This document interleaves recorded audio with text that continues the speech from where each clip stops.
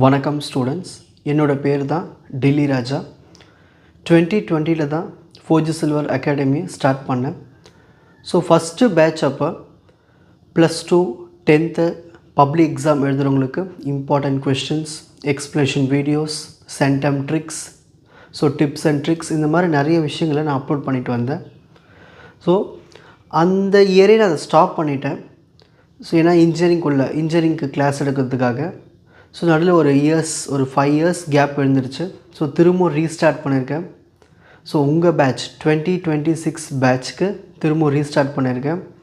அதாவது public எக்ஸாமுக்கான important questions, எப்படி எழுதினா சென்டம் கிடைக்கும், எப்படிலாம் ஈஸியாக படிக்கலாம், எப்படி டைம் மேனேஜ்மெண்ட் பண்ணலாம், எக்ஸாமில் எப்படி எழுதணும், பேப்பர் ப்ரெசன்டேஷன் எப்படி கொடுக்கணும், ஓகேங்களா, ஈஸியாக எப்படி எக்ஸாம் எழுதுறது, ரிலாக்ஸாக எப்படி எக்ஸாம் எழுதுறதுன்னு உங்களுக்கு இனிமேல் அப்லோட் பண்ண போகிறேன்.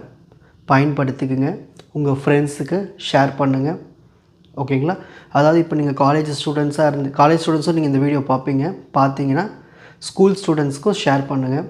உங்கள் தம்பிங்கள்லாம் படிப்பாங்க, தங்கச்சிங்கள்லாம் படிப்பாங்க. ஸோ அவங்களாம் ஷேர் பண்ணி விடுங்க, ரொம்ப ஹெல்ப்ஃபுல்லாக இருக்கும், ஓகேங்களா. ஸோ உங்களுடைய +2 லைஃப்பில் நான் ஒரு பார்ட்டாக இருக்க விரும்பப்படுறேன், ஓகேங்களா. ஸோ இப்போது கண்டென்ட்டுக்குள்ளே போயிடலாம். Four G silver academy public exam preparation 2026 பேட்ச்க்கு மட்டும்தான் இந்த கண்டென்ட், ஓகேங்களா. ஸோ நம்மளுக்கு தமிழ் எக்ஸாம் எப்போ நடக்க போகுது? 2 March 2026. மொழி பாடம் பகுதி 1 தமிழ், ஓகேங்களா. சரி, உங்களுக்கு இதோடைய பிடிஎஃப் கண்டென்ட்டை நான் உங்களுக்கு டிஸ்கிரிப்ஷன் லிங்க்கில் கொடுக்குறேன், ஓகேங்களா. அதை ஃபஸ்ட்டு நீங்கள் என்ன பண்ணுறீங்கன்னா, கடையில் போய் ஜெராக்ஸ் எடுத்துருங்க, பிரிண்ட் அவுட் எடுத்துகிட்டு உங்கள் கையில் வச்சுக்கிட்டு, அதுக்கப்புறமா இந்த வீடியோ நான் சொல்ல அந்த எக்ஸ்ப்ளனேஷனோட சேர்த்து நீங்கள் புரிஞ்சிட்டிங்கன்னா ஈஸியாக உங்கள் எக்ஸாமில் எழுதலாம். எப்படிலாம் எழுதலான்னு ஒவ்வொரு செக்ஷனாக உங்களுக்கு சொல்லி ஈஸியாக புரிய வச்சுருவேன். நான் சொல்கிற மாதிரியே நீங்கள் கேட்டிங்கன்னா கன்ஃபார்ம் 95 above, ஓகேங்களா. ஏன் சென்டம் கூட எடுக்கலாம். சரி, ஃபஸ்ட்டு பாருங்கள், பகுதி 3. இந்த பிடிஎஃப்பில் நம்மளுக்கு என்ன இருக்குன்னா, பகுதி 3, பகுதி 4, பகுதி 5. அடுத்த வீடியோவில் பகுதி 1, பகுதி 2.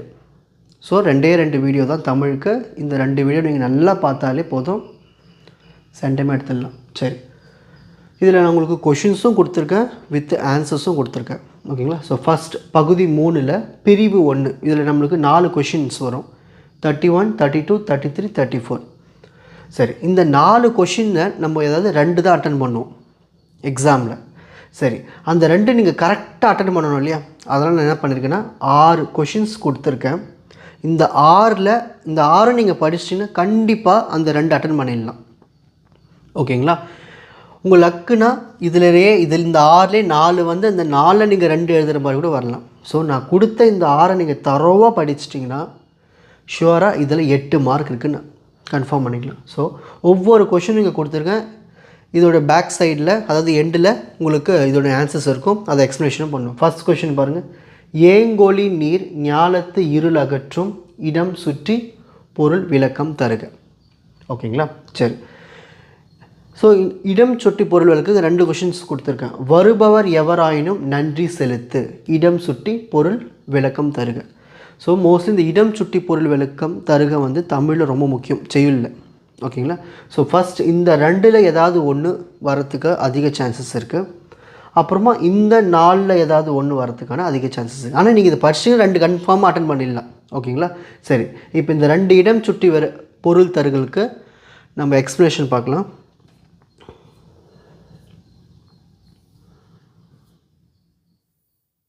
பாருங்கள், இப்படி தான் ஆன்சர் கீ ரெடி பண்ணி வச்சுருக்கேன். பாருங்கள், நான் எப்படி கொடுத்தனோ நீங்கள் அப்படியே எழுதினாலே போதும், ஃபுல் மார்க் கொடுத்துருவாங்க. ஸோ ஃபஸ்ட்டு இடம் தண்டியலங்கார உரை மேல்கோள் பாடலாக இடம் பெற்றுள்ளது.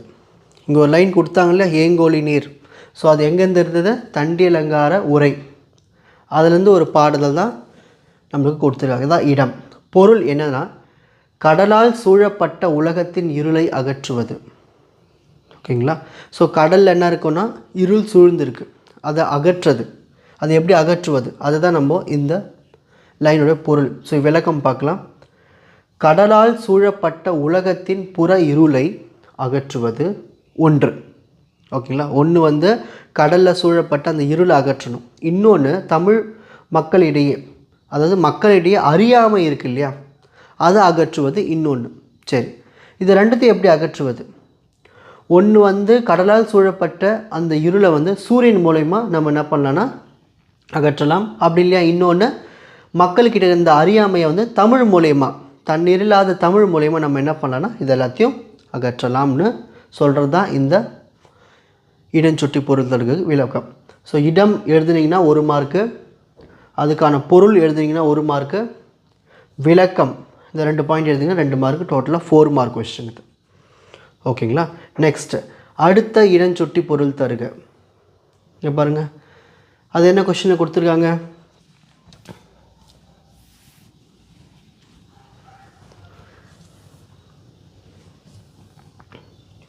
வருபவர் எவராயினும் நன்றி செலுத்து, இடம் சுட்டி பொருள் விளக்கம் தருக. ஃபர்ஸ்ட் இது எந்த இடத்துலேருந்து எடுத்துருக்காங்க பார்க்கலாம். விருந்தினர் இல்லம்னு ஒரு கவிதை இருக்குது, கவிதை புக், அந்த புக்கிலேருந்து தான் இந்த லைன்.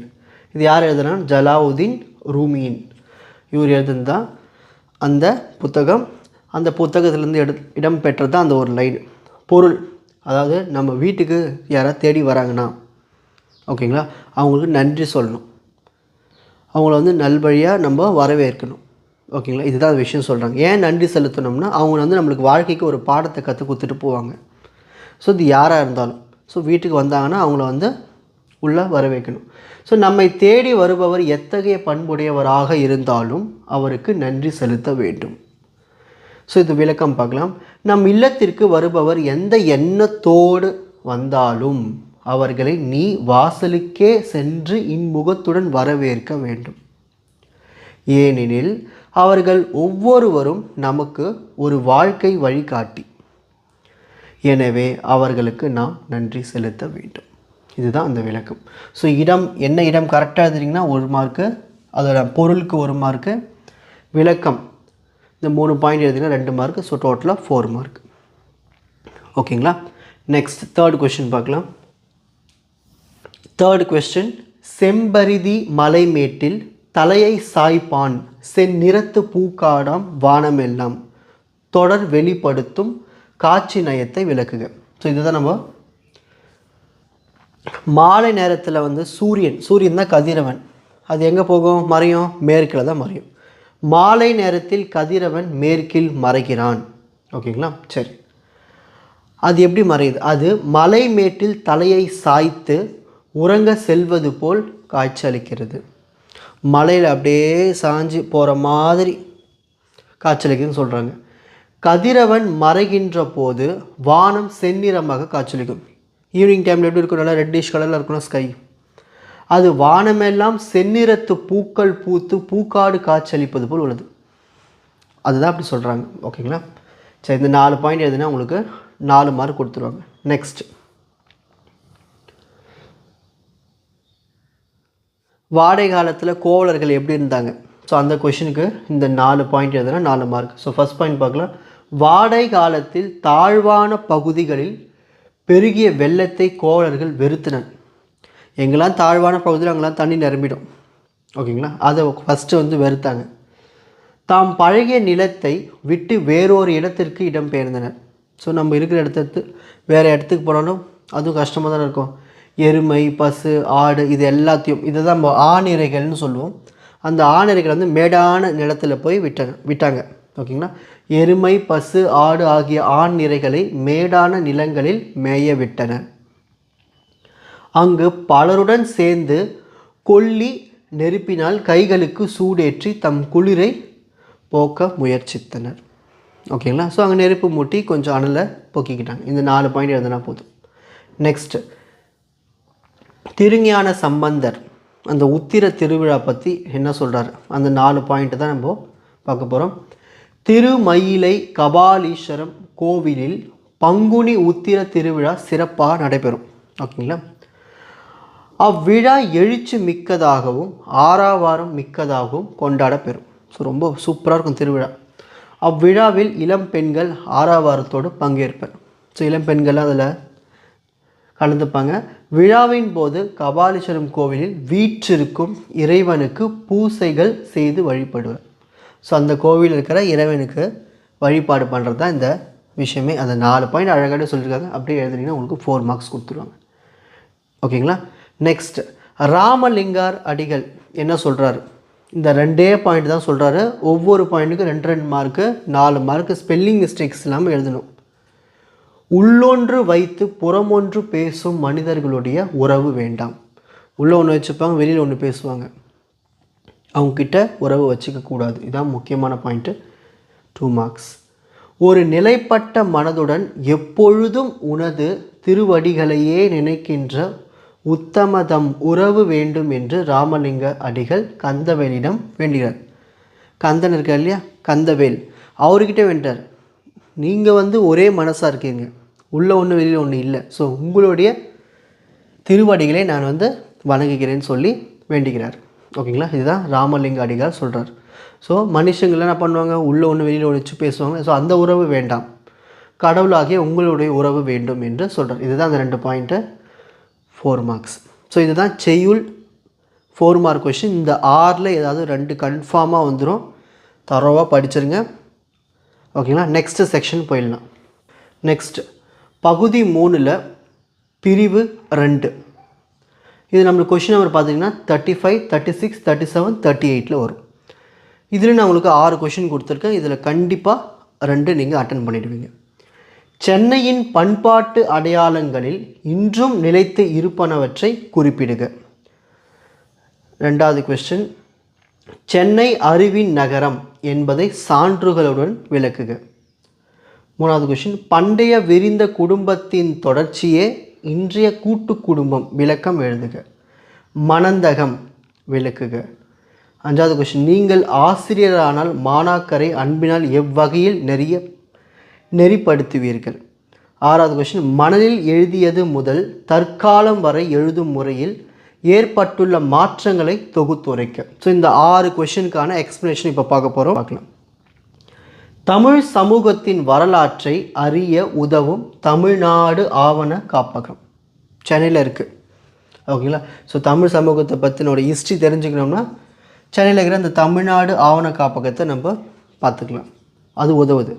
தென்னிந்திய வரலாற்றை அறிய உதவும் எழும்பூர் அருங்காட்சியகம். ஸோ சவுத் இந்தியாவை பற்றி தெரிஞ்சுக்கணும்னா நம்ம எக்மோரில் இருக்கிற மியூசியமில் தெரிஞ்சுக்கலாம், அருங்காட்சியகம். இந்தியாவின் முதல் பொது நூலகமான கன்னிமாரா நூலகம். ஸோ இந்தியாவிலே ஒரு நார்மலாக எல்லோரும் யூஸ் பண்ணுற மாதிரி ஒரு லைப்ரரினா கன்னிமாரா லைப்ரரி தான். அதுவும் சென்னையில் தான் இருக்குது. பொது அஞ்சல் அலுவலகம், உயர் நீதிமன்றம், ரிப்பன் கட்டடம், விக்டோரியா அரங்கு, இந்த மாதிரி நிறைய சென்னையில் இருக்குது. இது எல்லாமே மெயின் பாயிண்ட்ஸ். இந்த 4 பாயிண்ட் தப்பில்லாமல் எழுதுங்க, உங்களுக்கு 4 மார்க் கொடுத்துருவாங்க. நெக்ஸ்ட் செகண்ட் கொஷினுக்கான ஆன்சர் பார்க்கலாம். இதுவும் சென்னை பற்றினது தான். கல்வி எப்படி இருக்குது? 18ஆம் நூற்றாண்டில் சென்னையில் ஐரோப்பிய முறை கல்வி கற்பிக்கும் நிறுவனங்கள் தோன்றின. ஸோ 18ஆம் நூற்றாண்டில் தான் அந்த யூரோப்பியன் கண்ட்ரீஸில் எப்படி படிக்கணும் அதே மாதிரி அந்த முறை ஸ்டார்ட் ஆயிடுச்சு. சென்னை பல்கலைக்கழகம் 1857ஆம் ஆண்டு உருவாக்கப்பட்டது. இங்கே தூன்னு வரும், டைப்பிங் மிஸ்டேக். ஓகேங்களா. 1914இல் ராணி மேரி கல்லூரி பெண்களுக்கென தொடங்கப்பட்ட கல்வி நிறுவனமாகும். ஸோ விமென்ஸுக்குன்னு தனியாக ஸ்டார்ட் பண்ண காலேஜ் தான் ராணி மேரி.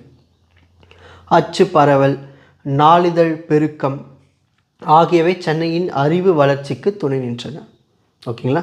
ஸோ அப்போ இந்த பிரிண்டிங்லாம், நாளிதழ்கள்லாம், நியூஸ் பேப்பர்ஸ்லாம் நிறைய நம்மளுக்கு என்ன ஆச்சு, இதழ்கள்லாம் நிறைய கொஞ்சம் கொஞ்சமாக அதிகமாகிடுச்சு. அதில் தான் நம்ம சென்னையின் அறிவு வளர்ச்சிக்கு துணை நின்றது எல்லாமே. ஸோ இந்த 4 பாயிண்ட் எதுனா உங்களுக்கு 4 மார்க் கொடுத்துருவாங்க, ஒவ்வொன்றும் ஒரு மார்க். நெக்ஸ்ட் தேர்ட் ஒன், அதாவது கூட்டு குடும்பம். ஓகேங்களா. சரி, நற்றாய் செவிலித்தாய். நற்றாய்னா என்னதுன்னா இந்த இடத்துல கமா வரும். நற்றாய்னா பயாலஜிக்கல் மதர்னு சொல்லுவாங்க, ஒரிஜினல் அம்மா அந்த மாதிரி. நற்றாய். செவிலித்தாய்னா வளர்ப்பு தாய். தோழி ஆகியோர் குடும்ப அமைப்பில் முதன்மை வகிக்கின்றனர். இவங்களாம் ஒரு ஹெட்டாக இருந்தாங்க, அதாவது ஃபஸ்ட்டு பிளேஸில் இருக்கிறாங்க. இனக்குழு மரபின் தொடர்ச்சியாக செவிலித்தாய் வருவதை காண முடிகிறது. அப்போவே அந்த செவிலித்தாயெலாம் இருக்காங்க, வளர்ப்பு தாய். இல்லற வாழ்வின் இறுதியில் பெருமைகள் நிறைந்த மக்களுடன் அறத்தினை விரும்பிய சுற்றத்தோடு சேர்ந்து மனையறம் காத்தலே இவ்வாழ்வின் பயனாகும். ஓகே, நல்லா வாழ்ந்து அனுபவித்து நல்ல பண்புகளோடு இறுதி வரைக்கும் வாழறது, ஒன்றா சேர்ந்து வாழறது தான் இல்வாழ்வின் பயனாகும். விரிந்த குடும்பம் பற்றிய இக்கருத்தினை தொல்காப்பியமும் பதிவு செய்கிறது. ஸோ விரிந்த குடும்பம், நல்ல பெரிய ஃபேமிலி இருக்குது இல்லையா, அதெல்லாம் அப்போவே தொல்காப்பியத்திலே நம்மளுக்கு சொல்லியிருக்காங்க. ஸோ அப்போயே ஜாயின்ட் ஃபேமிலி நிறைய இருந்திருக்கு. ஸோ இந்த 4 பாயிண்ட் எழுதிங்கன்னா போதும், 4 மார்க்ஸ் கொடுத்தோம். ஸ்பெல்லிங் மிஸ்டேக்ஸ் பண்ணாதீங்க, அவ்வளோதான். நெக்ஸ்ட் 4th கொஸ்டின், அதுக்கான ஆன்சர் பார்க்கலாம். அதாவது மணந்தகம்னா என்ன? மனம் புரிந்து கணவனும் மனைவியும் சேர்ந்து இல்லற வாழ்வில் ஈடுபடக்கூடிய தொடக்க கட்டடமே மணந்தகம் எனப்படுகிறது. கல்யாணம் பண்ணிட்டு முதல் ஸ்டேஜ் இருக்குல்ல, அதுதான் மணந்தகம். அதாவது குழந்தை பிறக்கிற வரைக்கும் உள்ள அந்த டைம் தான் மணந்தகம். முதல் குழந்தை பிறக்கும் வரை உள்ள காலகட்டத்தை இந்நிலை குறிக்கிறது. அதாவது தனி குடும்பம், நியூக்ளியர் ஃபேமிலின்னு சொல்லுவாங்களே, அந்த தனி குடும்பம் உருவாகிறதுக்கும் இதுதான் முக்கிய காரணமே. தனி குடும்பம் உருவாக்கத்தின் தொடக்க நிலையாக இது அமைகிறது. இளந்தம்பதியினருக்கு ஏற்ற அறிவுரை கூறி நெறிப்படுத்தும் பணி செவிலிக்குரியது என்று தொல்காப்பியம் கொடுத்தது. ஸோ இதை பற்றி இந்த மணந்தகம் கான்செப்ட் எல்லாமே தொல்காப்பியத்தில் இருக்குது. ஓகேங்களா? ஸோ இந்த 4 பாயிண்ட் எழுதிங்கன்னா உங்களுக்கு 4 மார்க். மிஸ்டேக்ஸ் பண்ணாதீங்க. Next 5th question. ஸோ நீங்கள் ஆசிரியரானால் எப்படி நல்வழிப்படுத்துவீங்க, அதுதான் அந்த கொஷின். நான் ஆசிரியரானால் மாணவர்களை அன்பினால் நெறிப்படுத்துவேன். மாணவர்களின் மனநிலைக்கு ஏற்றவாறு கற்பித்தல் பணியை மேற்கொள்வேன். பாடங்களை கற்பிப்பதோடு வாழ்க்கை பாடங்களையும் இணைத்து கற்பிப்பேன். மாணவர்கள் செய்யும் தவறுகளை திருத்திக் கொள்ளும் வகையில் அறிவுரைகளை வழங்குவேன். இதெல்லாம் நீங்கள் பண்ணுவீங்கன்னா எழுதுங்க. So 4 points. ஓகேங்களா? 4 மார்க்ஸ். நெக்ஸ்ட், அந்த காலத்திலலாம் மணலில் எழுதுவாங்க. ஓகேங்களா? அந்த காலத்தில் இந்த கல்வி முறை எப்படி இருந்துன்னு பார்க்கலாம். பழங்காலத்தில் பிள்ளைகள் முதலில் மணலில் எழுதி பழகினார்கள். அதாவது ஃபஸ்ட்டு டீச்சர் மணலில் எழுதுவாங்க, அதுக்கு மேலே ஸ்டூடெண்ட்ஸ் எழுதுவாங்க. அதுக்கப்புறம் காலப்போக்கில் பனை ஓலை, தாழை மடல், இந்த மாதிரி விஷயங்கள்லாம் எழுத்தாணிகளாக பயன்படுத்தினாங்க. அப்புறம் ஸ்லேட்டு, பல்பம்னு இந்த மாதிரி வந்தது. பழங்காலத்தில் பிள்ளைகள் முதலில் மணலில் எழுதி பழகினார்கள். ஆசிரியர் முதலில் தரையில் எழுத அதன் மேல் பிள்ளைகள் சொல்லியபடி எழுதினர். பனையோலை, தாழை மடல் போன்றவற்றில் பல்வேறு எழுத்தாணைகளை பயன்படுத்தி எழுதினர். எழுத்தாணைகள்லாம் பென் மாதிரி. ஓகேங்களா? ஸ்லேட்டு, பல்பம் கொண்டு இதெல்லாம் கொண்டு எழுதி வந்தனர். இதுதான் அந்த 4 பாயிண்ட். ஓகேங்களா? நெக்ஸ்ட் பகுதி 3, பிரிவு 3, கொஷின் நம்பர் 39, 40, 41, 42, 43. உங்களுக்கு இதில் 5 கொஷின் கொடுப்பாங்க. இதில் ஏதாவது நீங்கள் 3 தான் எழுத போகிறீங்க. நான் உங்களுக்கு 5மே சொல்லி கொடுத்துட்றேன். உங்களுக்கு எது ஈஸியாக இருக்கோ அதை ஃபாலோ பண்ணிக்கோங்க. ஸோ 39வது கொஷின் நம்பரில் உங்களுக்கு அணி கேட்பாங்க. இதில் முக்கியமான இந்த 3 அணி படிச்சிங்கன்னா நீங்கள் கண்டிப்பாக ஒரு அணியை அட்டன் பண்ணிடலாம். உங்கள் லக்கு இருந்ததுன்னா இதில் 2 வரும், அந்த 2ல் ஏதாவது ஒன்று கூட நீங்கள் எழுதலாம். ஓகேங்களா? நிரல் நிறை அணியை சான்று தந்து விளக்குக. ஏகதேச உருவக அணியை சான்று தந்து விளக்குக. உவமை அணியை சான்றுடன் விளக்குக. ஸோ இந்த 3 அணிக்கான எக்ஸ்ப்ளனேஷனை இப்போ நம்ம பார்க்கலாம். 39 அணி விளக்கம். ஃபஸ்ட்டு நம்ம பார்க்க போகிறது நிரல் நிறை அணி. அப்படின்னு என்னதுன்னா, ஒரு சொல்லையும் பொருளையும் வரிசையாக அமைச்சிட்டு அதே வரிசையில் நம்ம பொருள் கொள்ள செய்வது தான் நிரல் நிறை அணின்னு சொல்லுவோம். சொல்லையும் பொருளையும் வரிசையாக நிறுத்தி அவ்வரிசைப்படியே பொருள் கொள்ள செய்வது நிரல் நிறை அணி. இந்த அணி விளக்கம் எழுதுனீங்கன்னா 2 மார்க் ஞாபகம் வச்சுக்கோங்க. நெக்ஸ்ட், இதுக்கு ஒரு சான்று தரணும். உங்களுக்கு எக்ஸாமில் இந்த குறள் கொடுத்துட்டும் உங்களுக்கு கொஷின் கேட்கலாம், இல்லை டைரெக்டாக நிரல் நிறை அணியும் கேட்கலாம். ஓகேங்களா? அன்பும் அறனும் உடைத்தாயின் இல் வாழ்க்கை பண்பும் பயனும் அது. இது சான்று எக்ஸாம்பிள். இதுக்கு பொருத்தம் பார்க்க போகிறோம். அன்பும் அறனும் உடைய இல் வாழ்க்கை பண்பு உடையதாகவும் பயன் மிக்கதாகவும் அமையும் என வரிசை முறைப்படி பொருள் கொள்ளப்படுவதால் நிரல் நிறை அணி ஆயிற்று. ஸோ ஒரு இல்வாழ்க்கையில் அன்பும் அறமும் இருந்துச்சுன்னா அப்போ அதுக்கு என்ன நடக்கும்? நம்மளுக்கு பின்னால் பண்பும் பயனும் மிக்கதாக அமையும். ஸோ சொல்லையும் பொருளையும் அப்படியே வரிசையாக சொல்லி பொருள் கொள்வது தான் நிரல் நிறை அணி ஆயிற்று. ஸோ அணி விளக்கத்துக்கு 2 மார்க் கொடுப்பாங்க, சான்றுக்கு 1 மார்க்கு, பொருத்தம் எழுதுனா 1 மார்க். ஸோ டோட்டலாக 4 மார்க். நெக்ஸ்ட், அடுத்த அணி பார்க்கலாம். ஏகதேச உருவக அணி. அப்படின்னு என்னதுன்னா, ஒரு பொருளை உருவகம் செய்து அதற்கு இணையான மற்றொரு பொருளை உருவகம் செய்யாது விட்டுவிடுவது தான் ஏகதேச உருவக அணி. அதாவது ஒன்று உருவகம் பண்ணுவோம், இன்னொன்று உருவகம் பண்ணாமல் விட்டுரும். அதுக்கு ஒரு எக்ஸாம்பிள் பார்க்கலாம். சினம் என்னும் சேர்ந்தாரை கொல்லி இனம் என்னும் ஏம்ப புனையை சுடும். இதோட மீனிங் பார்க்கலாம். கோபத்தை நெருப்புன்னு சொல்லுவோம், இனத்தை தெப்பம்னு சொல்லுவோம். தெப்பம்னா ஒரு ஒரு கட்டுமர கப்பல் மாதிரி. ஓகேங்களா? இதுமாரி உருவகம் பண்ணிட்டாங்க. சினத்தை நெருப்பாகவும் இனத்தை தெப்பமாகவும் உருவகம் செய்த வள்ளுவர் உலக வாழ்க்கையை கடலாக உருவகம் செய்யாமல் விட்டுவிட்டார். ஓகேங்களா? ஸோ 3 விஷயங்களை நம்ம உருவகம் பண்ணணும். ஃபஸ்ட்டு கோபத்தை நெருப்புன்னு சொல்லியாச்சு, இனத்தை கட்டுமர கப்பல் தெப்பம்னு சொல்லியாச்சு. ஆனால் உலக வாழ்க்கையை கடலாக அவர் சொல்லாமல் விட்டுட்டார். இதுதான் ஏகதேச உருவக அணி. ஸோ அணி விளக்கம் தப்பில்லாமல் எழுதுனீங்கன்னா அதுக்கே 2 மார்க் அடிச்சிடும் உங்களுக்கு. சான்றுக்கு 1 மார்க்கு, பொருத்தமுக்கு 1 மார்க். நெக்ஸ்ட்டு அடுத்த அணி பார்க்கலாம். உவமை அணி. உங்களுக்கு எக்ஸாமில் சான்று கொடுத்துட்டும் அணி கேட்கலாம். ஓகேங்களா?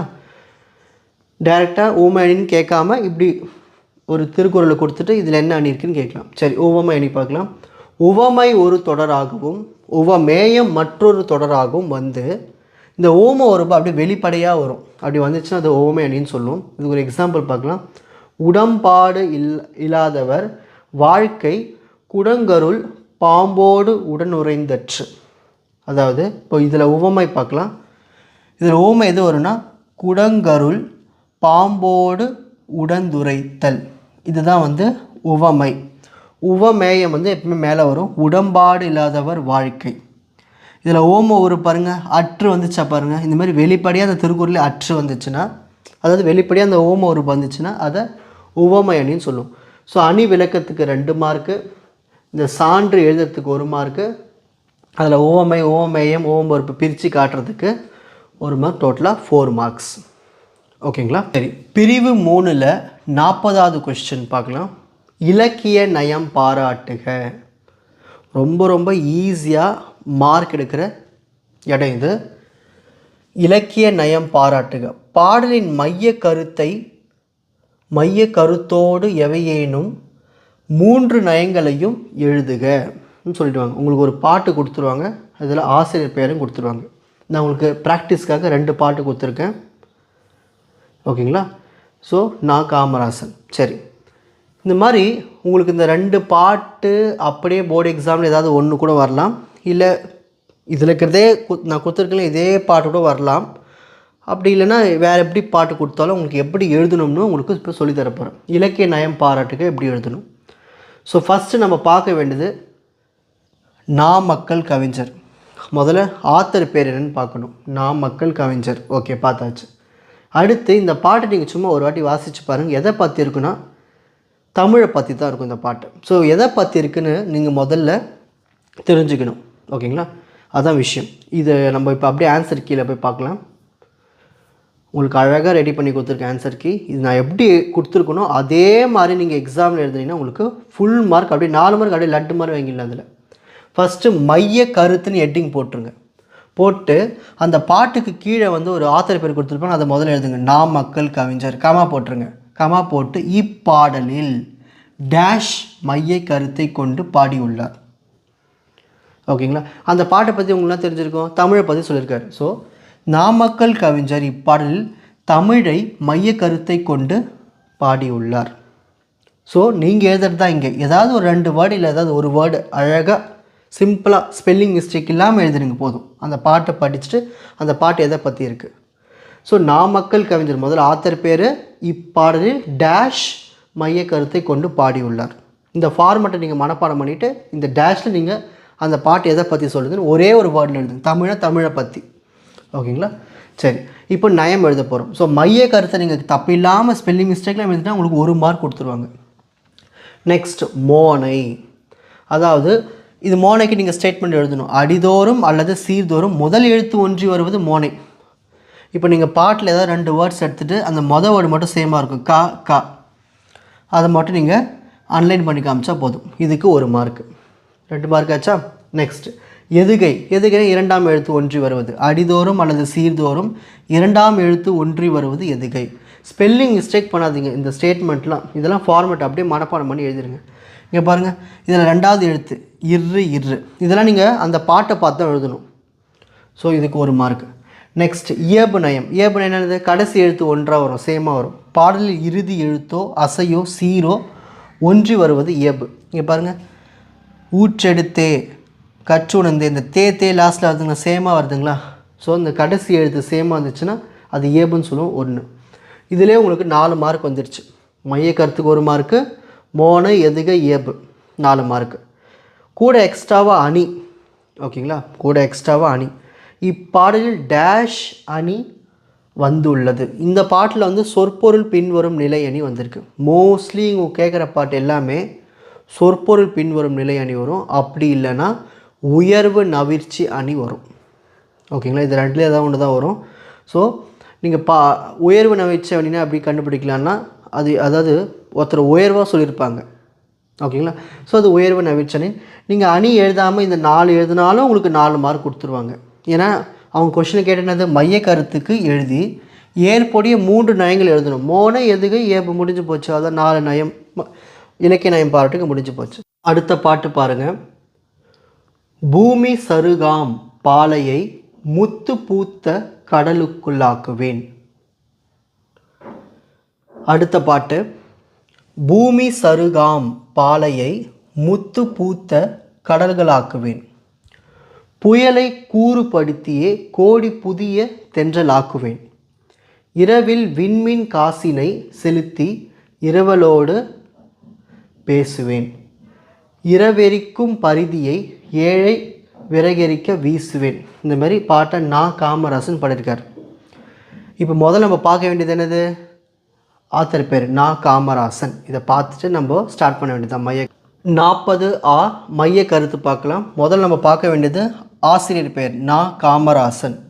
இப்பாடலில் டேஷ் மைய கருத்தை கொண்டு பாடியுள்ளார். எதை பற்றி பாடியிருக்கார்? இயற்கை இதை பற்றி பாடியிருக்கார். ஓகேங்களா, ஸோ இயற்கையை ஏழைக்கு ஏற்ற வண்ணம் மாற்றுவேன்னு ஒவ்வொன்றையும் இப்படி மாற்றுவேன்னு சொல்லியிருக்கார். ஸோ இயற்கையை ஏழைக்கு ஏற்ற வண்ணம் மாற்றுவேன் என்ற மைய கருத்தை கொண்டு பாடியுள்ளார். இந்த மாதிரி நீங்கள் இல்லை இயற்கை சிம்பிளாக இயற்கைன்னு சொல்லி கூட நீங்கள் எழுதலாம். காமராசன் இப்பாடல் இயற்கையை பற்றி மைய கருத்தை கொண்டு பாடியுள்ளார்னு கூட நீங்கள் எழுதலாம். ஓகேங்களா, ஸோ சிம்பிளாக எழுதணும். இங்கே எழுதலாம். எக்ஸ்ட்ரா ரொம்ப லென்த்தாலாம் எழுதாதீங்க, ஸ்பெல்லிங் மிஸ்டேக்ஸ் வந்துடும். ஸோ நீங்கள் ஒரே வேர்டு எழுதுனீங்க உங்களுக்கு ஸ்பெல்லிங் மிஸ்டேக்ஸ் வராது. ஸோ உங்களுக்கு ஃபுல் மார்க் 1 மார்க் கொடுத்துருவாங்க. கொஞ்சம் லென்த்தாக எழுதுனீங்கன்னா மாட்டிப்பீங்க.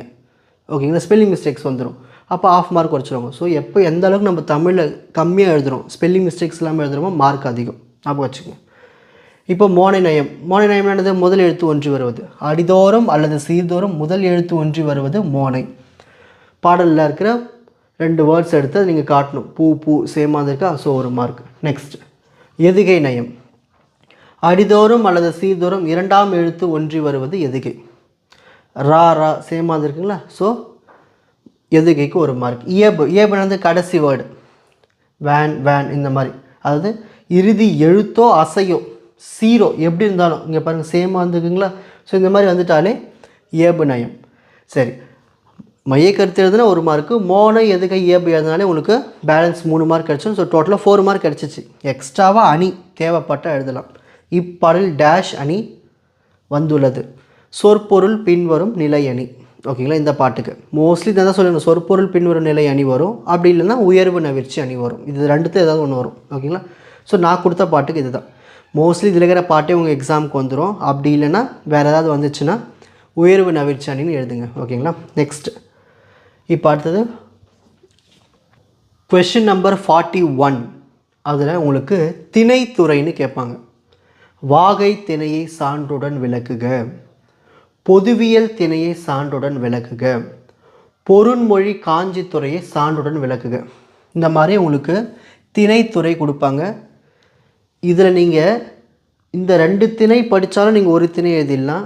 இந்த துறை படித்தாலும் எழுதலாம். இந்த 3 நீங்கள் தரவாக படிச்சிட்டிங்கன்னா கண்டிப்பாக ஒரு 4 மார்க் கன்ஃபார்ம். இப்போ இதை நம்மளோட எக்ஸ்ப்ளனேஷன் பார்க்கலாம். ஓகேங்களா, ஃபஸ்ட்டு வாகை திணை பார்க்கலாம். திணையை நீங்கள் எக்ஸ்பிளைன் பண்ணிங்கனாலே உங்களுக்கு 2 மார்க் கொடுத்துருவாங்க. திணை விளக்கத்துக்கு 2 மார்க்கு, எக்ஸாம்பிள் எழுதுறதுக்கு 1 மார்க்கு, அதை எக்ஸ்பிளைன் பண்ணுறதுக்கு 1 மார்க்கு. சரி, திணை விளக்கம் பார்க்கலாம். வெற்றியின் அடையாளமாக வாகைப்பூவை சூடி வெற்றியை கொண்டாடுவது தான் வாகை திணை. ஏதாவது ஜெயிச்சிட்டோம் அப்போ வாகைப்பூவை வந்து சூடுவாங்க, அதை என்ஜாய் பண்ணுறது தான் வந்து அந்த கொண்டாடுவது தான் வாகை திணை. இது ஒரு எக்ஸாம்பிள் பார்க்கலாம். வையகம் பணிப்ப வள நேர்பு வலை இப்பொய்யா வானம் புது பெயல் பொழிந்தன. இந்த ஸ்டேட்மெண்ட் எழுதிட்டு பொருத்தம் எழுதணும். இப்பாடலில் பாண்டிய நெடுஞ்செழியன் இருக்கார் இல்லையா, அவருடைய வெற்றியை பற்றி பாடுது இந்த பாட்டு. அதுதான் வாகை திணைக்கு பொருந்தி வந்துள்ளது. ஸோ இது வாகை திணைக்கு பொருந்தி வருகிறது. இப்படி ஸ்டேட்மெண்ட் எழுதினா போதும். ஸோ இதுக்கு 2 மார்க், இதுக்கு 1 மார்க், இதுக்கு 1 மார்க், டோட்டலாக 4 மார்க்ஸ். நெக்ஸ்ட் அடுத்த திணை பார்க்கலாம். பொதுவியல் திணை. பொதுவியல் திணைனா நிறைய திணைகள் இருக்குது. அதை ஸ்டார்டிங் திணை வந்து வெச்சு திணைன்னு சொல்லுவோம், கடைசியாக பாடாந்திணைன்னு சொல்லுவோம். இந்த வெச்சு திணை பாடாந்திணைலாம் சொல்லாத விஷயத்த இந்த பொதுவியல் திணையத்தில் சொல்லியிருப்பாங்க. வெற்றி முதல் பாடான் வரை உள்ள திணைகளில் கூறப்படாத செய்திகளையும் பிற பொதுவான செய்திகளையும் தொகுத்து கூறுவதுதான் பொதுவியல் திணை. பொதுவாக சொல்கிறது தான் பொதுவியல் திணை. வேறு எந்த திணையிலும் சொல்லியிருக்க மாட்டாங்க. சரி, வெற்றிலும் சொல்லியிருக்க மாட்டாங்க, பாடான்னு சொல்லியிருக்க மாட்டாங்க. ஸோ இந்த ஸ்டேட்மெண்ட் எழுதுறதுக்கு உங்களுக்கு 2 மார்க்ஸ். எக்ஸாம்பிள், உண்டால் அம்ம இவ்வுலகம் இந்திரர் அமிழ்தம் இயவது ஆயினும் இனிது என. இதுக்கு 1 மார்க். நெக்ஸ்ட் இதுக்கு பொருத்தம் பார்க்கலாம். தமக்காக உழைக்காமல் பிறருக்காக உழைப்பவர்கள் இருப்பதால் தான் இவ்வுலகம் இன்றும் இயங்கிக் கொண்டிருக்கிறது என்ற அந்த பொதுவான கருத்தை சொல்கிறாங்க. அதாவது தான் இது பொதுவியல் திணைக்கு பொருந்தி வருகிறது. இதுக்கு 1 மார்க். ஓகேங்களா. நெக்ஸ்ட் துறை, பொருண்மொழி காஞ்சி துறை பற்றி நம்ம தெரிஞ்சுக்க போகிறோம். அதாவது மக்களுக்கு நல்லது செய்யணும், அதுக்கு வாழ்வியல் நெறிகளை எடுத்து சொல்கிறது தான் வந்து பொருண்மொழி காஞ்சி துறை ஆகும். ஸோ வாழ்க்கைக்கு நல்ல விஷயங்களை எடுத்து சொல்கிறது தான் இந்த துறை. மக்களுக்கு நலம் செய்யும் வாழ்வியல் நெறிகளை எடுத்து கூறுதல் பொருண்மொழி காஞ்சி துறை ஆகும். இதுக்கு 2 மார்க். இதுக்கு சான்று பார்க்கலாம். உண்டால் அம்ம இவ்வுலகம் இந்திரர் அமிழ்தம் இயவது ஆயினும் இனிது என. இதுக்கு பொருத்தம் பார்க்கலாம். தமக்காக உழைக்காமல் பிறர்க்காக உழைப்பவர்கள் இருப்பதால் தான் இவ்வுலகம் இன்றும் இயங்கி கொண்டிருக்கிறது என்ற வாழ்வியல் நெறிகளை எடுத்து கூறுவதால் இது பொருண்மொழி காஞ்சி துறைக்கு பொருந்தி வருகிறது எழுதுனா போதும். So 1 mark. ஸோ டோட்டலாக உங்களுக்கு 4 மார்க்ஸ் ஆகிடுச்சு. ஓகேங்களா. நெக்ஸ்ட் 42வது கொஷின் பாருங்கள். பின்வரும் பழமொழியை வாழ்க்கை நிகழ்வில் அமைத்து எழுதுக. அதாவது உங்களுக்கு ஒரு பழமொழி கொடுத்துருவாங்க, அந்த பழமொழியை முதல்ல விளக்கம் பண்ணணும், அப்புறம் அதை எக்ஸ்பிளைன் பண்ணணும், அது ஒரு எக்ஸாம்பிள் கொடுக்கணும். வல்லவனுக்கு புல்லும் ஆயுதம், கூடி வாழ்ந்தால் கோடி நன்மை. இந்த மாதிரி உங்களுக்கு பழமொழி கொடுத்துட்டு அதை வந்து வாழ்க்கை நிகழ்வில் வந்து அமைத்து எழுதுகிற மாதிரி கேட்பாங்க. இதுக்கு ஒரு எக்ஸாம்பிள் பார்க்கலாம். 42A பழமொழி விளக்கம். என்ன பழமொழி கொடுத்துருந்தாங்க? வல்லவனுக்கு புல்லும் ஆயுதம். ஸோ அந்த பழமொழி மீனிங் பார்க்கலாம். திறமையானவர்கள் எதையும் தனக்கு சாதகமாக்கி அதில் வெற்றி காண்பார்கள். இதுதான் அதற்கான மீனிங்கே. ஓகேங்களா. ஸோ எது கிடைச்சிருக்கோ அதை வச்சு நம்ம என்ன பண்ணலான்னா வெற்றி கொண்டாடுவாங்க, வெற்றி காண்பாங்க. அதான் வந்து இதுக்கான மீனிங். 42A பழமொழி விளக்கம். என்ன பழமொழி கொடுத்தாங்க? வல்லவனுக்கு புல்லும் ஆயுதம். ஸோ இதோட மீனிங் பார்க்கலாம். திறமையானவர்கள் எதையும் தனக்கு சாதகமாக்கி அதில் வெற்றி காண்பார்கள். இது எழுதிங்கன்னா உங்களுக்கு 1 மார்க்கு. வாழ்க்கை நிகழ்வுக்கு ஒரு எக்ஸாம்பிள் கொடுக்க போகிறோம், அதுக்கு ஒரு 3 மார்க். இப்போ கதை சொல்கிறேன் கேளுங்க. ராதா தம் அலுவலக பணியை முடித்து இரவு நேரத்தில் வீட்டிற்கு வந்து கொண்டிருந்தார். இந்த இடத்துல வந்து இல்லு வரும். ஓகேங்களா. வந்து கொண்டிருந்தால். அப்போது மின் தடை ஏற்பட்டதால் சாலையில் வெளிச்சம் இல்லை. அன்று அமாவாசை என்பதால் நிலவு வெளிச்சம் கூட இல்லாமல் போனது. அந்த நேரத்தில் 2 திருடர்கள் ராதாவை வழிமறைத்து மிரட்டி கொள்ளடிக்க முயன்றார்கள். கையில் வைத்திருந்த கைப்பையை பிடுங்கினார்கள். அப்போது அறிவாளித்தனமாக யோசித்து தன் தலையில் குத்தி இருந்த கொண்டை ஊசியை பயன்படுத்தி இந்த இடத்துல வரும், அந்த 2 திருடர்களின் முகத்திலும் கையிலும் ஊசியால் குத்தினாள். அந்த வலியை தாங்க முடியாமல் அந்த இருவரும் கத்தி கொண்டு பயந்து ஓடினர். இதிலிருந்து நம்மளுக்கு என்ன தெரியுது? இவ்வாறு அந்த சூழ்நிலையில் சாமர்த்தியமாக யோசித்து தனக்கு கிடைத்த பொருளை ஆயுதமாக பயன்படுத்தி சமாளித்து வீட்டிற்கு வந்து சேர்ந்தாள். இந்த இடத்துல இல்லு வரும். ஓகேங்களா. ஸோ இந்த இடத்துல இல்லு வரும், இந்த இடத்துல இல்லு வரும். இன்னும் போட்டுட்டேன். அந்த மிஸ்டேக் பார்த்துக்குங்க. அப்புறம் வந்து இங்கே கொரண்டுனுக்கு அந்த 2ன்னு மாற்றிக்குங்க. ஸோ டைப்பிங் மிஸ்டேக்கில் மிஸ்டேக் பண்ணுறேன். சரி, இந்த மாதிரி பழமொழி விளக்கத்துக்கு 1 மார்க்கு, அதோடய ஒரு வாழ்க்கை நிகழ்வோடு கொஞ்சம் அழகாக எழுதுனீங்கன்னா உங்களுக்கு 3 மார்க்கு. ஸ்பெல்லிங் மிஸ்டேக்ஸ் வரும் பார்த்துங்க, ஃபுல் மார்க் கொடுத்துருவாங்க, 4 மார்க்ஸ். நெக்ஸ்ட்டு அடுத்தது பார்க்கலாம். அடுத்த பழமொழிக்கானது பார்க்கலாம். கூடி வாழ்ந்தால் கோடி நன்மைன்னு சொல்லுவாங்க. அந்த பழமொழி மீனிங் பார்க்கலாம். நாம் அனைவரும் ஒன்று கூடி பகை நீக்கி ஒற்றுமையாக வாழ்ந்தால் கோடி நன்மைகள் உண்டாகும். இது எழுதுனீங்கன்னா உங்களுக்கு 1 மார்க்கு. இப்போ இது வாழ்க்கை நிகழ்வோடு பார்க்கலாம். எங்கள் குடும்பம் கூட்டு குடும்பம், நாங்கள் அனைவரும் மகிழ்ச்சியாக வாழ்ந்து வந்தோம். நான் 10ஆம் வகுப்பு படிக்கும்போது ஒரு நிலத்தை விற்பது தொடர்பாக என் தந்தைக்கு சிறிய தந்தைக்கும், அதாவது சித்தப்பா, சிறு தகராறு ஏற்பட்டது. உடனே பாக பிரிவினை நடந்தது. கூட்டு குடும்பம் தனி குடும்பமானது. அன்று முதல் எங்கள் குடும்பத்தில் சின்ன சின்ன சண்டைகள் வரும். ஒரு நாள் என் சிறிய தந்தை ஒரு சாலை விபத்தில் படுகாயமடைந்தார். அவருக்கு இரத்தம் கொடுத்தால்தான் காப்பாற்றலாம் என்று மருத்துவர்கள் கூறிவிட்டனர். இதை அறிந்த என் தந்தை உடனே மருத்துவமனை சென்று இரத்தம் கொடுத்து என் சிறிய தந்தையை காப்பாற்றினார். உயிர் பிழைத்த சிறிய தந்தை என் அப்பாவிடம் மன்னிப்பு கேட்டு தவற்றை உணர்ந்தார். அதாவது தவறை, ஓகேங்களா? இந்த இரு கூட நீங்கள் எடுத்துகிட்டு எழுதலாம், தவறை. நாம் ஒன்றாய் சேர்ந்து வாழ்ந்தால் இன்னும் எவ்வளவு நன்மை உண்டாகும் என்பதை அறிந்த சிறிய தந்தை அன்றிலிருந்து கூட்டு குடும்பமாக வாழ முடிவு செய்தார். இதுதான் அந்த வாழ்க்கை நிகழ்வோட பொருத்தி எழுதுறது. ஸோ இதுக்கு 3 மார்க்ஸ். ஸோ கூடி வாழ்ந்தால் கோடி நன்மை. ஓகேங்களா? நெக்ஸ்ட் தமிழாக்கம் தருகிறது. 43வது கொஷனில் உங்களுக்கு இங்கிலீஷில் கொடுத்துட்டு தமிழ் எழுத சொல்லுவாங்க. அப்படி இல்லையா, ஏதாவது ஒரு பேராகிராஃப் கொடுத்துட்டு அது வந்து கொஷின்ஸ் கேட்பாங்க. காது கேளாத மாணவர்களுக்கு அது இப்படி கொடுத்தாங்கன்னா, காது கேளாத மாணவர்களுக்கு பேராகிராஃப் கொடுத்துட்டு கொஷின்ஸ் கேட்பாங்க. நீங்கள் இதை தான் அட்டன் பண்ணணும். ஓகேங்களா? அதுவும் உங்களுக்கு சாய்ஸ் இருக்குது. 5ல் ஏதாவது 3 தான் அட்டன் பண்ண போகிறீங்க. உங்களுக்கு இதையும் சொல்லி கொடுத்துறேன். தமிழாக்கம் தருக. இந்த மாதிரி உங்களுக்கு 5 ஸ்டேட்மெண்ட்ஸ் கொடுத்துட்டாங்க. Learning is a treasure that will follow its owner everywhere. A new language is a new life.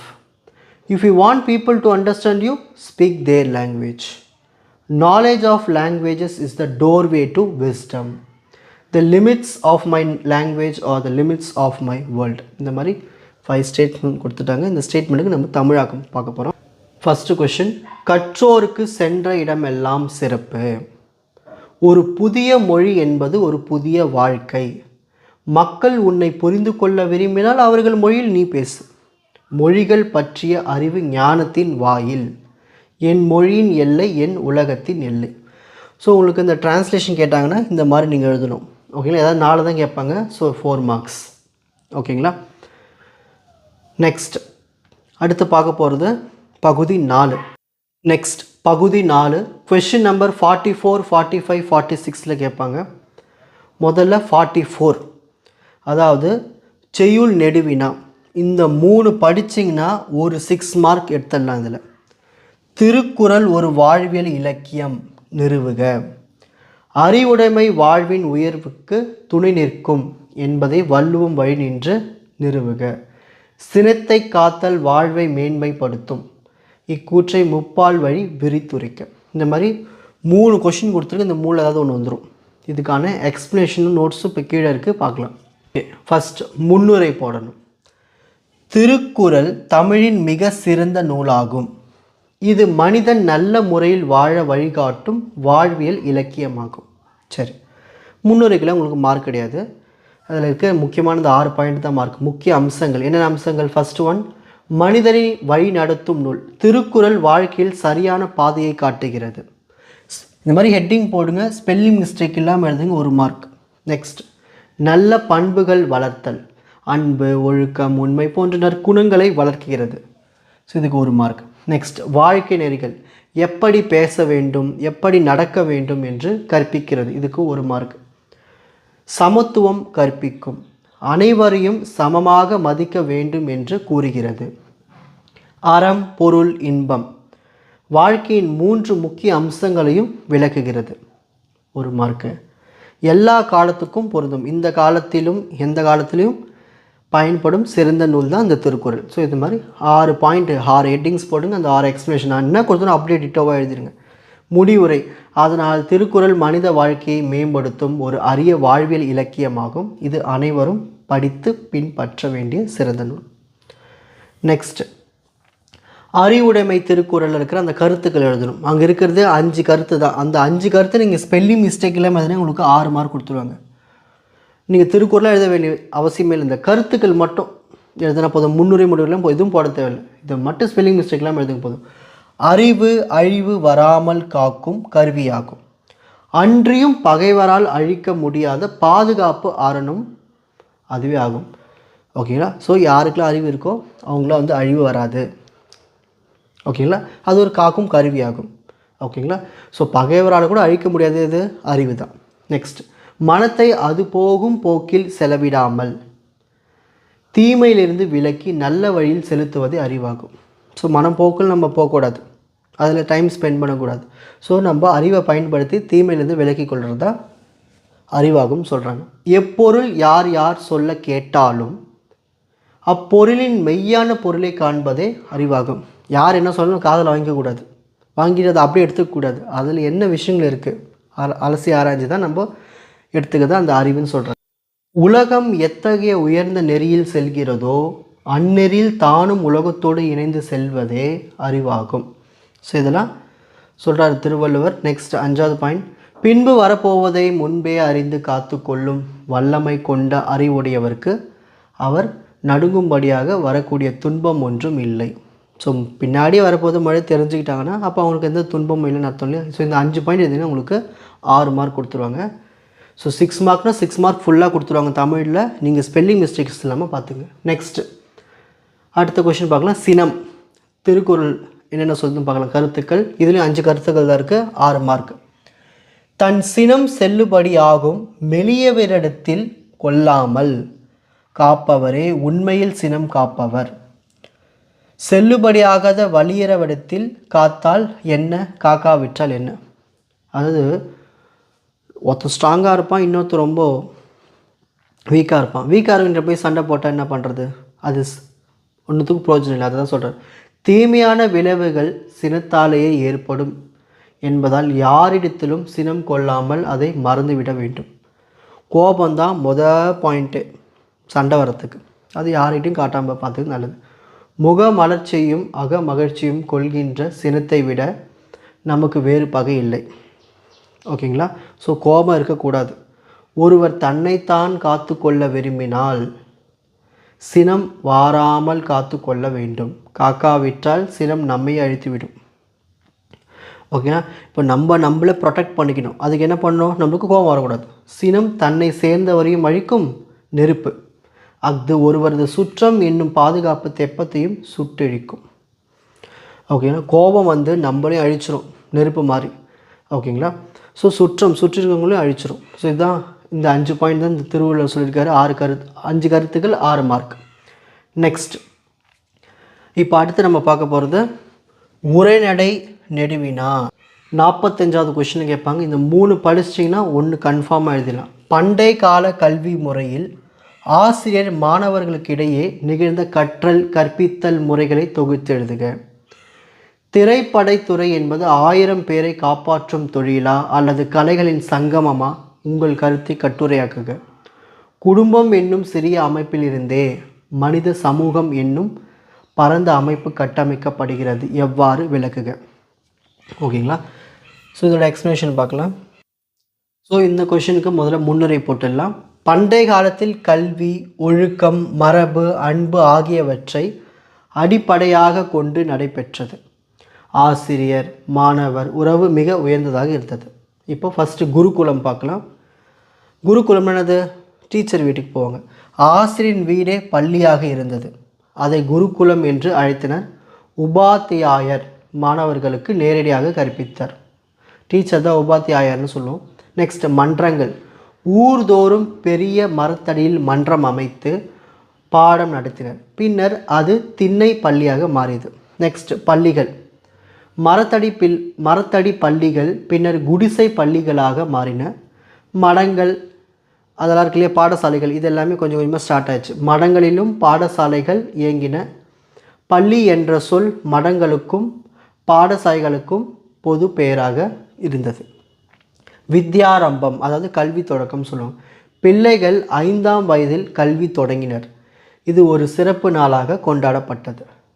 முறை வைப்பு, ஆசிரியர் சொல்ல மாணவர்கள் சேர்ந்து உரைக்குவது முறை வைப்பு எனப்பட்டது. சொன்னால் ஆன்னு சொல்கிறாங்க, டீச்சர் சொல்கிறத ஸ்டூடெண்ட்ஸ் சொல்கிறது. எழுத்து பயிற்சி, முதலில் மணலில் எழுதி கற்றனர், பின்னர் ஓலையில் எழுத்தாணியால் எழுதினர். ஸோ இந்த மாதிரி நம்ம ஹெட்டிங்ஸ் தான் 6 ஹெட்டிங்ஸு, அதுக்கான எக்ஸ்ப்ளனேஷன் போட்டு எழுதுனா உங்களுக்கு 6 மார்க் கொடுத்துருவாங்க. முன்னுரை முடிவுரை வந்து எழுதிடணும். பண்டைய கால கல்வி முறை ஒழுக்கம், அன்பு, மரபு ஆகியவற்றை அடிப்படையாக கொண்டு சிறந்த கல்வி முறையாக இருந்தது. நான் நோட்ஸில் எந்தெந்த கொஸ்டினுக்கு முன்னுரை முடிவு கொடுத்தனோ அதுக்கு மட்டும் எழுதுங்க, எல்லாத்துக்கும் எழுதக்கூடாது. ஓகேங்களா? நெக்ஸ்ட் அடுத்த கொஸ்டின் பார்க்கலாம். திரைப்படத்துறை. ஒரு பெரிய தொழில் திரைப்படம் பெறும் முதலீட்டுடன் உருவாகும் தொழில். ஒரு மூவி எதில் ஸ்டார்ட் ஆகும்? நல்லா பிக் பட்ஜெட்டில். தயாரிப்பாளர் தான் ப்ரொடியூசர்னு சொல்லுவாங்க. தயாரிப்பாளர் முதல் தொழிலாளி வரை பலர் இதில் பணிபுரிகின்றனர். பல்லாயிரம் பேரை காப்பாற்றும் தொழில். ஒரு திரைப்படத்தின் பின்னால் ஆயிரக்கணக்கான தொழிலாளர்கள் உள்ளனர். அவர்கள் உழைப்பால் தான் படம் வெளிவருகிறது. பல்வேறு கலைஞர்கள் இணையும் துறை. நடிகர்கள், இசை கலைஞர்கள், தொழில்நுட்ப வல்லுநர்கள் பணிபுரிகின்றனர். ஆடை அலங்காரம், நடனம், சண்டை பயிற்சி போன்ற பல துறைகள் உள்ளன. கலைகளின் சங்கமம். இதில் நடிப்பு, வசனம், இசை, நடனம், சண்டை, பாடல் காட்சி, இந்த மாதிரி போன்ற கலைகள் ஒன்றாகும் இடம் திரைப்படம். கதை, திரைக்கதை, இயக்கம், ஒளிப்பதிவு, படத்தொகுப்பு ஆகியவை முக்கியமானவை. திறமை மிக்க கலைஞர்களின் அவசியம். ஒரு சிறந்த படம் உருவாக பயிற்சி பெற்ற கலைஞர்கள் தேவை. கலை நயம் இல்லாமல் படம் சிறப்பாக அமையாது. வெற்றி மற்றும் வசூல். இன்றைய திரைப்படங்கள் வணிக நோக்கில் உருவாக்கின்றன. ஆனால் கலைகளின் சங்கமம் இருந்தால் மட்டுமே வெற்றி கிடைக்கும். எல்லாமே மியூசிக்லேருந்து ஒளிப்பதிவிலேருந்து எல்லாமே பக்காவாக இருந்தால் தான் நல்ல வசூல் கிடைக்கும். ஸோ இந்த 6 பாயிண்ட் எழுதுனீங்கன்னா உங்களுக்கு 6 மார்க். 6 ஹெட்டிங்ஸு அதுக்கு கொடுத்துருக்கு. 2 பாயிண்ட் எழுதுனீங்கன்னா உங்களுக்கு 6 மார்க் கொடுத்துருவாங்க. ஸ்பெல்லிங் மிஸ்டேக்ஸ் பண்ணாதீங்க, அவ்வளோதான். நெக்ஸ்ட்டு குடும்பம் கொஷின். குடும்பம் சமூகத்தின் அடிப்படை. குடும்பம் என்பது சமூகத்தின் மிக சிறிய அலகு, ஒரு சின்ன ஒரு யூனிட் மாதிரி. பல குடும்பங்கள் சேர்ந்து சமூகம் உருவாகுது. நிறைய ஃபேமிலிஸில் ஒன்று சேர்ந்தது அது சமூகம், சொசைட்டி. திருமணம் குடும்பத்தின் தொடக்கம். குடும்பம் உருவாக திருமணம் அடிப்படை காரணம். மேரேஜ் தான் ஃபஸ்ட்டு ஃபேமிலின்னு அர்த்தம். மனம் புரிந்த கணவன் மனைவி இல்லற வாழ்க்கையை தொடங்குவது மணந்தகம். ஓகேங்களா? ஒரு கணவன் மனைவி இல்லற வாழ்க்கையை ஸ்டார்ட் பண்ணுறாங்க, அந்த ப்ராசஸ் பேர் தான் மணந்தகம். குடும்பம் என்ற சொல்லின் பயன்பாடு. திருக்குறளில் குடும்பம் என்ற சொல் காணப்படுகிறது. குடும்பம் என்பது கூடி வாழ்தல் என்று பொருள். குடும்பத்தின் வகைகள்.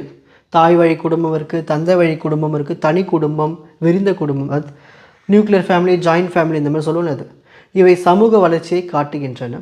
சங்ககால குடும்ப அமைப்பு. சங்க காலத்தில் தாய் வழி குடும்பம் நிலவியது. தாயே தலைமை வகித்தாள். தனி குடும்பத்தின் தொடக்க நிலை பற்றி சங்க இலக்கியங்கள் கூறுகின்றன. 6வது பாயிண்ட். குடும்பத்திலிருந்து சமூக வளர்ச்சி. தனி குடும்பம் விரிந்த பெற்றோர்கள் குழந்தைகள் சேர்ந்து வாழும் கூட்டு குடும்பமாகிறது. பல குடும்பங்கள் சேர்ந்து ஊர், நகரம், சமூகம் உருவாகிறது. அப்போ தான் நம்ம ஊர், நகரம், சமூகம்லாம் வருது. ஸோ இவ்வாறு குடும்பம் என்னும் சிறிய அமைப்பிலிருந்தே மனித சமூகம் என்னும் பரந்த அமைப்பு கட்டமைக்கப்படுகிறது. ஃபேமிலி டு மனித சமூகம், ஹியூமன் சொசைட்டி. Question number 46. இந்த 3 படிச்சிங்கன்னா 1 கன்ஃபார்மாக ரன் பண்ணிடலாம். சூரியனை பிரசவிக்கும் பாறை எனும் சிறிய கதை உணர்த்தும் கருத்துக்களை சுவை குன்றாமல் சுருக்கி வரைக. பாரதியின் கடிதம் வாயிலாக நீங்கள் அறிந்து கொண்ட மொழி பற்று, சமூக பற்று ஆகியவற்றை விவரிக்க. பொறுப்புணர்ச்சி இன்றி இருந்த ஊரை தன் பொறுப்புணர்வால் மாற்றிய மருதினின் பண்பு நலத்தை விவரிக்க. ஸோ இந்த 3 கொஷினுக்கான எக்ஸ்ப்ளனேஷனை பார்க்கலாம்.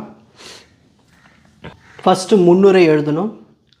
தோப்பில் முகமது மீரான் எழுதிய வேர்களின் பேச்சு சிறுகதை தொகுப்பில் இடம்பெற்றது. ஸோ இது எங்கேருந்து எடுத்தாங்க இந்த கதையை? வேர்களின் பேச்சு, அந்த சிறிய கதை தொகுப்பு இருக்குல்லையே, அதிலேருந்து இடம்பெற்றது அந்த சூரியனை பிரசவிக்கும் பாறை. இக்கதை என்ன சொல்லுதுன்னா, மூட நம்பிக்கைகளை எதிர்த்து பகுத்தறிவை உணர்த்துகிறது. ஓகேங்களா. மூட நம்பிக்கையெல்லாம் நம்பாதீங்க, பகுத்தறிவை நம்புங்கன்னு சொல்கிறாங்க. ஸோ இதான் முன்னுரை. தோப்பில் முகமது மீரான் எழுதிய வேர்களின் பேச்சு சிறுகதை தொகுப்பில் இடம்பெற்றது சூரியனை பிரசவிக்கும் பாறை. இக்கதை மூட நம்பிக்கையை எதிர்த்து பகுத்தறிவை உணர்த்துகிறது. ஸோ இப்போ இந்த கதையை பார்க்கலாம். சூரியனை பிரசவிக்கும் பாறை ஹெட்டிங் போட்டு அப்படியே பாயிண்ட் போட்டு எழுத வேண்டியது தான். மீரான் தனது குழந்தை பருவ நினைவுகளை நினைத்து பார்க்கிறார். சிறு வயதில் சூரியன் பாறையை பிளந்து உதிக்கிறது என்று நம்புகிறார். ஆசிரியரிடம் அதை பதிலாக சொல்லி பாராட்டும் பெறுகிறார். அந்த பாறையை பார்க்க ஆற்றை கடக்க வேண்டும். அங்கே ஊசி கிணறு பெரிய பாம்பு உள்ளது என்று அம்மா கூறுகிறார். ஆனால் மீரான் உண்மையை அறிய விரும்பி பாறைக்கு செல்கிறான். பாறை மேல் ஏறி சுற்றுப்புறத்தை பார்த்து வியக்கிறான். அப்போது ஒரு பாம்பு தோன்றி அவனிடம் பேசுகிறது. சூரியன் பாறையிலிருந்து உதிப்பதில்லை, பாறை கிழக்கை மறைக்கிறது என்பதால் அவன் தவறாக நம்பியதாக விளக்குகிறது.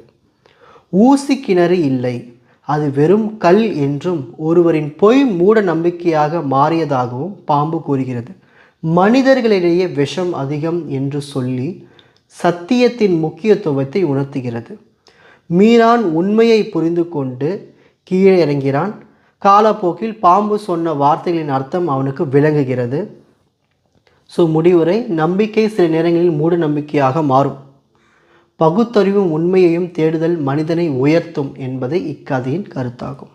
யார் என்ன சொன்னாலும் மூட நம்பிக்கையில் நம்பக்கூடாது, பகுத்தறிவை தான் பயன்படுத்தி நம்ம தெரிஞ்சுக்கணும். நெக்ஸ்ட், பாரதியார் மொழிப்பற்று சமூகப்பற்று அந்த கொஷின் பற்றி பார்க்கலாம். மொழிப்பற்று, பல மொழிகளை கற்க வேண்டும், ஓகேங்களா, அதன் மூலம் தமிழ் மொழி வளர்க்க வேண்டும் என்பது பாரதியின் கொள்கை. நம்ம நிறைய லாங்குவேஜஸ் படிக்கலாம், அதை வச்சு நம்ம தமிழ் லாங்குவேஜை வளர்க்கணும். தமிழ் தமிழ் தமிழ் என்று எப்போதுமே தமிழையை வளர்ப்பதை கடமையாக கொள்ள வேண்டும். புதிய செய்தி, புதிய புதிய யோசனை, புதிய புதிய உண்மை, புதிய புதிய இன்பம் தமிழ் ஏறிக்கொண்டே போக வேண்டும். இதன் மூலம் பல மொழிகளை கற்று தமிழ் மொழியை செழிக்க செய்ய வேண்டும் என்கிறது மொழி பற்று வெளிப்படுகிறது. இதை எழுதினீங்கன்னா உங்களுக்கு 3 மார்க். நெக்ஸ்ட், சமூக பற்று. பாரதி தமிழ்நாட்டின் மீதும் தமிழ் மக்கள் மீதும் மிகுந்த பற்று கொண்டவராக விளங்கினார். தம்பி தமிழ்நாடு வாழ்க என்று எழுது, தமிழ்நாட்டில் நோய்கள் தீர்க்க என்று எழுது, தமிழ் பள்ளிக்கூடங்கள் மளிகை என்று எழுது, ஆணும் பெண்ணும் ஓர் உயிரின் 2 தலைகள் என்று எழுது, அவை ஒன்றில் ஒன்று தாழ்வில் என்று எழுது. இந்த மாதிரி சமூகத்துக்காக தமிழை யூஸ் பண்ணுறாரு. இதை எழுதினே உங்களுக்கு 3 மார்க். ஸ்பெல்லிங் மிஸ்டேக்ஸ் எல்லாமே உங்களுக்கு அப்படியே 6 மார்க் கொடுத்துருவாங்க. நெக்ஸ்ட், அடுத்து பார்க்கலாம். பொறுப்புணர்ச்சின்ற அந்த கதைக்கான எக்ஸ்பிரஷன் பார்க்கலாம். ஃபஸ்ட்டு பாயிண்ட், பிறர் நலனில் அக்கறை. தனக்கு நிலம் இல்லாவிட்டாலும் ஊரின் பயிர்கள் அழிவதைக் கண்டு மருதன் மனம் வருந்தினான். பிறர் நலனில் அக்கறை கொண்டவன், ஓகேங்களா. ஸோ என்னோட நிலை எப்படியானாலும் போட்டோம் பரவாயில்ல, மக்களுக்கு எந்த ஒரு இதுவும் வரக்கூடாது, அந்த பயிர்கள் நாசமாகக்கூடாதுன்னு ஒரு அக்கறை கொண்டவன். சிந்தித்து செயல்படுதல். வயலில் நீர் தேங்கியதற்கு காரணம் வாய்க்காலில் மண்டி இருந்த காட்டாமணுக்கு செடிகள் என்பதை கண்டறிந்தான். ஸோ பிரச்சனைக்கு தீர்வு தேடினான். ஓகே, இதன் மூலமா பிரச்சனைக்கு தீர்வு தேடினான், அந்த செடி தான் காரணம். தலைமை திறன். ஊரினரை ஒருவருக்கொருவர் அழைத்து சேர்க்க முயன்றான். அனைவரும் இணைக்க நினைத்தான், ஓகேங்களா, எல்லாரும் ஒன்று சேர்த்தான். விடாமுயற்சி. யாரும் வராத நிலையில் கூட மனம் உடையாமல் தனியாகவே இடுப்பளவு நீரில் இறங்கி செடிகளை அகற்றினான். அங்கே இருக்கிற அந்தந்த காட்டாமணுக்கு செடிகள் எல்லாத்தையும் ரிமூவ் பண்ண முன்மாதிரி பண்பு. அவன் செயலை கண்டு மனைவி அள்ளியும் பிறகு ஊரினரும் இணைந்தனர். செயலில் முன் நின்று மற்றவர்களுக்கு எடுத்துக்காட்டானான். பொறுப்புணர்வு. தன் பொறுப்புணர்ச்சியால் சோம்பேறித்தனமாக இருந்த ஊரை மாற்றியவன் மருதன். சமூக நலனுக்காக உழைத்த உயர்ந்த பண்புடையவன். இந்த மாதிரி பொறுப்புணர்ச்சி என்ற ஊரை பொறுப்புள்ளவனாக மாற்றினது தான் இந்த கதையினோட சுவாரஸ்யம். ஸோ இந்த 6 பாயிண்ட் தப்பு இல்லாமல் எழுதினா உங்களுக்கு 6 மார்க், ஓகேங்களா. ஸோ இது நீங்கள் ஹெட்டிங்ஸ் மாதிரி போட்டு கூட அப்படியே எழுதலாம். இது கொடுத்ததை அப்படியே எழுதுங்க, எக்ஸ்ட்ராவும் எழுதாதீங்க. கொடுத்ததை அப்படியே எந்த ஸ்பெல்லிங் மிஸ்டேக்ஸ் இல்லாமல் எழுதினாலே போதும், ஃபுல் மார்க் கொடுத்துருவாங்க, ஓகேங்களா. அடுத்து பார்க்க போகிறது பகுதி 5, கொஷின் நம்பர் 47. அடி பிறழாமல் செய்யுள் வடிவில் விடை தருக. மனப்பாட பகுதி, ஓகேங்களா? ஸோ மனப்பாட பகுதி எப்படி எழுதணும்? முதல்ல பேர் எழுதணும், ஹெட்டிங். அப்புறம் அதை அழகாக ஆர்டராக எழுதுங்க, ஆசிரியர் பேர் மறந்துடாதீங்க. இதுக்கு 4 மார்க்கு. அப்புறம் குறள். ஸோ குறள் கரெக்ட் ஃபார்மேட் எழுதுங்க. ஓகேங்களா? ஸோ மனப்பாட பகுதி தப்பு இல்லாமல் எழுதுங்க. ஸோ உங்கள் பேட்ச்க்கு என்னுடைய ப்ரெடிக்ஷன் பார்த்தீங்கன்னா சிலப்பதிகாரம் வரும்னு ஒரு ப்ரெடிக்ஷன், இந்த திருக்குறள் வரலான்னு ஒரு ப்ரெடிக்ஷன். அதே மாதிரி எதெல்லாம் வரலான்னு ஒரு வெயிட்டேஜ் படி கொடுத்துருக்கேன் மனப்பாட பகுதி. லாஸ்ட்டில் பார்க்கலாம் பாருங்கள்.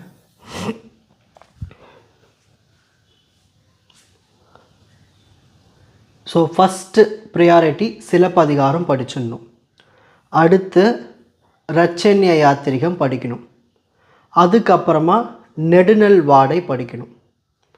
அப்புறமா காவியம் படிக்கணும். அதாவது ஒரு பர்சன்டேஜ், அதாவது இதுக்கு 100% வரலாம், அப்புறம் இதுக்கு 90% வரலாம், இதுக்கு 80, இந்த ஆர்டரில் கொடுத்துருக்கேன். இதெல்லாம் ரொம்ப ஃபஸ்ட்டு ரொம்ப தரவாக படிக்கணும். ஸோ உங்கள் பேட்ச்க்கு சிலப்பதிகாரம் தரவாக இருக்கணும், ரச்சன்ய யாத்திரிகம், நெடுநல் வாடை, காவியம், இந்த ஆர்டரில் நீங்கள் தரவாக இருக்கணும். ஓகேங்களா?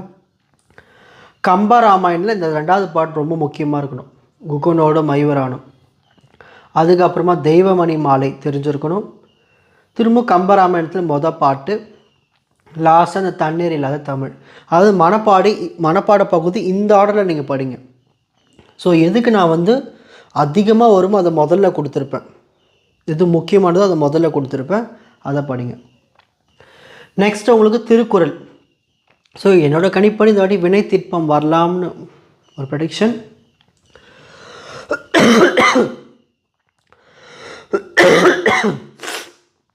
ஓகேங்களா? ஸோ நீங்கள் திருக்குறள் நீங்கள் ஃபுல்லாக படித்து தான் ஆகணும். மனப்பாட பகுதி முழுசாக படிச்சிருங்க. நான் எது முக்கியமாக ஒரு ஆர்டரில் கொடுத்துருக்கோம், ஹையஸ்ட் ஆர்டர், ஹையஸ்ட் ப்ரியாரிட்டி, அந்த ப்ரியாரிட்டிக்கு முக்கியத்துவம் அதிகமாக கொடுங்க. ஓகேங்களா? திருக்குறள் ரொம்ப ஈஸி, நீங்கள் ஸ்கூலில் படித்து ப்ராக்டிஸ் பண்ணியிருப்பீங்க. இந்த திருக்குறள்லாம் ஒரு வாட்டி பார்த்துருங்க. மோஸ்ட்லி முடியும் குறள் தான் கேட்பாங்க, ரொம்ப ரேராக தான் தொடங்கும் குறள் கேட்பாங்க. ஸோ இந்த முடியும் வார்த்தைகளை வச்சு திரும்ப திரும்ப சொல்லி பாருங்கள், ஃப்ரெண்ட்ஸு கூட ஷேர் பண்ணி கேட்டு பாருங்கள். ஸோ உங்களுக்கு ஈஸியாக இருக்கும். ஓகேங்களா?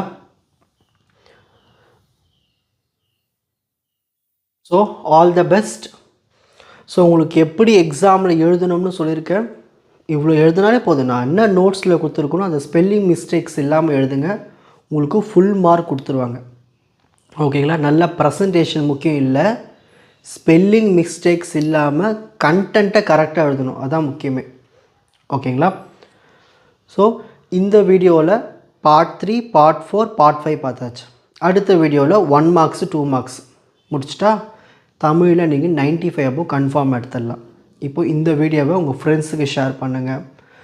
டிஸ்கிரிப்ஷனில் லிங்க் இருக்கும், அந்த லிங்க்கை கிளிக் பண்ணி நீங்கள் ஃபைலை டவுன்லோட் பண்ணி பிரிண்ட் எடுத்து வச்சு படிங்க. ஓகேங்களா? All the best. நெக்ஸ்ட் வீடியோவில் பார்க்கலாம்.